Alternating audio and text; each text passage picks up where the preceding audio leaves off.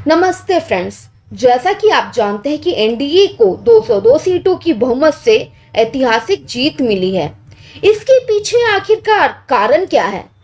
इससे भी बड़ा सवाल, क्या वोट चोरी हुई है? क्या इलेक्शन कमीशन में कुछ कमी है? तो इन सभी सवालों के साथ शुरुआत करते हैं। इस बार 2025 का इलेक्शन बहुत ही ज्यादा शॉकिंग एंड रोमांचक रहा। इसे ना तो एग्जिट पोल, जेडीयू और बीजेपी ने भी ऐसा सोच नहीं पाए थे कि इनको इतनी बड़ी ऐतिहासिक जीत मिलेगी। तो ये रहा 2020 का डाटा और ये रहा 2025 का डाटा। तो आप देख सकते हैं 2020 में बीजेपी 74 सीट के साथ थी, बट इस बार 89 सीट के साथ। बट उससे भी ज़्यादा शॉकिंग की बात यह है कि जेडीयू जो पिछली बार 43 सीटों के साथ थी, इस बार लगभग 2 गुना सीटों के साथ है, 85। बट सबसे ज़्यादा शॉकिंग हुआ आरजेडी, जो पिछली बार सिंगल मेजॉरिटी पार्टी थी बिहार की, इस बार सिर्फ 24 सीटों के साथ सिमट कर रह गए। और महागठबंधन, जैसा कि आपको पता है कि पिछली बार इनको 110 सीट मिला, बट इस बार 2025 में सिर्फ 35 सीटों के साथ सिमट कर रह गए। तो आखिर इसका सबसे बड़ा 5 मुख्य कारण क्या है, चलिए देखते हैं। सबसे पहला कारण, स्ट्रॉन्ग लीडरशिप। बिहार में जो कोर स्ट्रेंथ है ना, वो अभी भी नीतीश कुमार जी को स्ट्रॉन्ग लीडर देखती है। तो इसका सबसे प्रमुख कारण क्या है? इसका प्रमुख कारण है जंगल राज। आप सबने तो इसके बारे में सुना ही होगा। जंगल राज, जैसा है इसका नाम वैसा इसका काम। लोगों को अपने घर से निकलने से भी डर लगता था, स्पेशली लड़कियों को।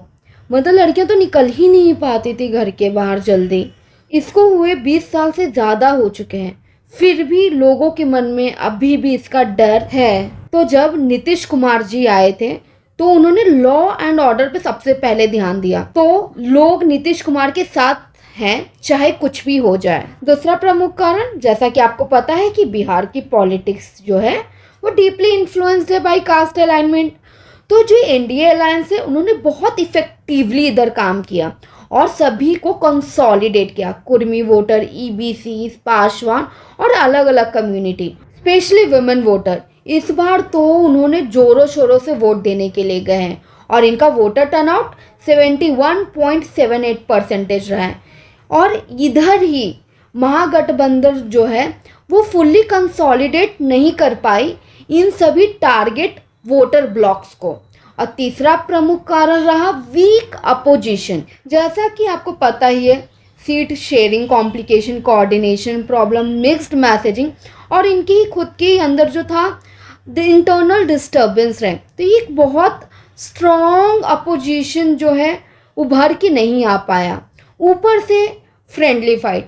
अब बताओ, इलेक्शन और फ्रेंडली फाइट होता है क्या? एक कॉन्स्टिट्यूएंसी में एक कैंडिडेट कांग्रेस का भी खड़ा हो जाएगा और एक कैंडिडेट आरजेडी का भी खड़ा हो जाएगा, तो एक दूसरे का वोट शेयर खाएंगे ना।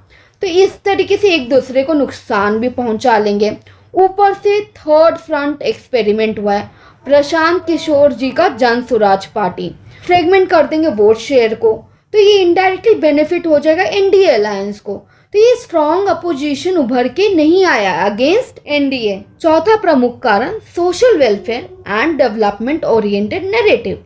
इधर आप देखना कि एनडीए ने बहुत चालाकी से कंबाइन किया वेलफेयर स्कीम को विथ डेवलपमेंट। तो इससे आपको भी समझ में आ गया कि डेवलपमेंट वाली स्कीम से कौन अट्रैक्ट होगा? Urban voter. और रूरल वोटर को अट्रैक्ट करेगा सोशल वेलफेयर वाली स्कीम। और इसमें भी मोस्ट इम्पॉर्टेंट रोल प्ले किया वुमेन ने, जो कि खूब जोरों शोरों से वोटिंग करने के लिए गए। अब आप इधर ना ध्यान से समझना पड़ेगा कि तेजस्वी यादव जी ने एक इम्पॉसिबल सा अनाउंसमेंट किया कि हर एक फैमिली में एक जॉब देंगे। क्या ये पॉसिबल है?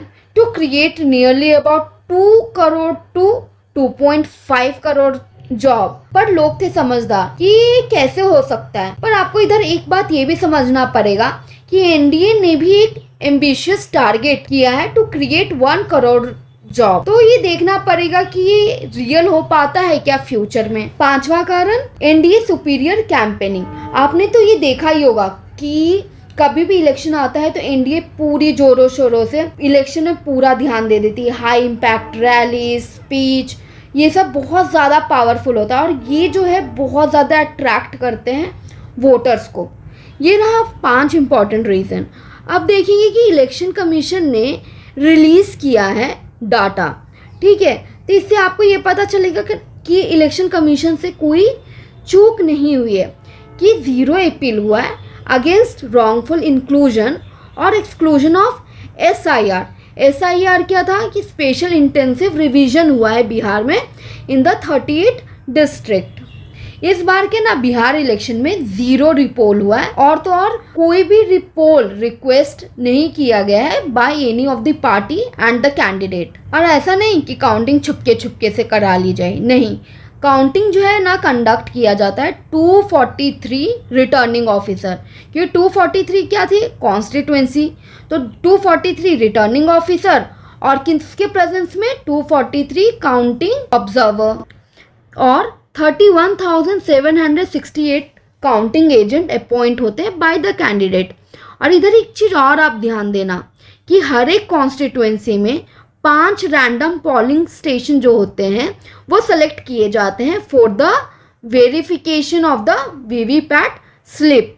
तो 5 रैंडम पोलिंग स्टेशन हुए, तो 5 into 243, तो सब मिला के कितने जगह पे वेरिफिकेशन होगा, 1215 पोलिंग स्टेशन पे।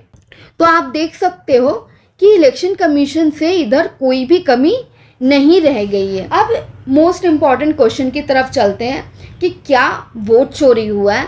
तो चलिए इसको समझने के लिए सबसे पहले समझेंगे कि RJD का 23% वोट शेयर है, ठीक है। बीजेपी का कितना है, 20.8%।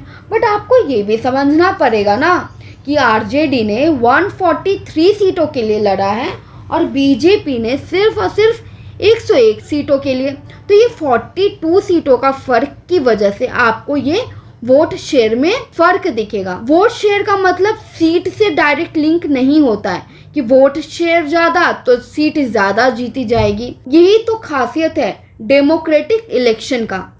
तो चलिए कुछ इंपॉर्टेंट क्वेश्चन देख लेते हैं। Question number 1, Bihar Diwas celebrated on. Second question, Bihar Diwas theme of 2025।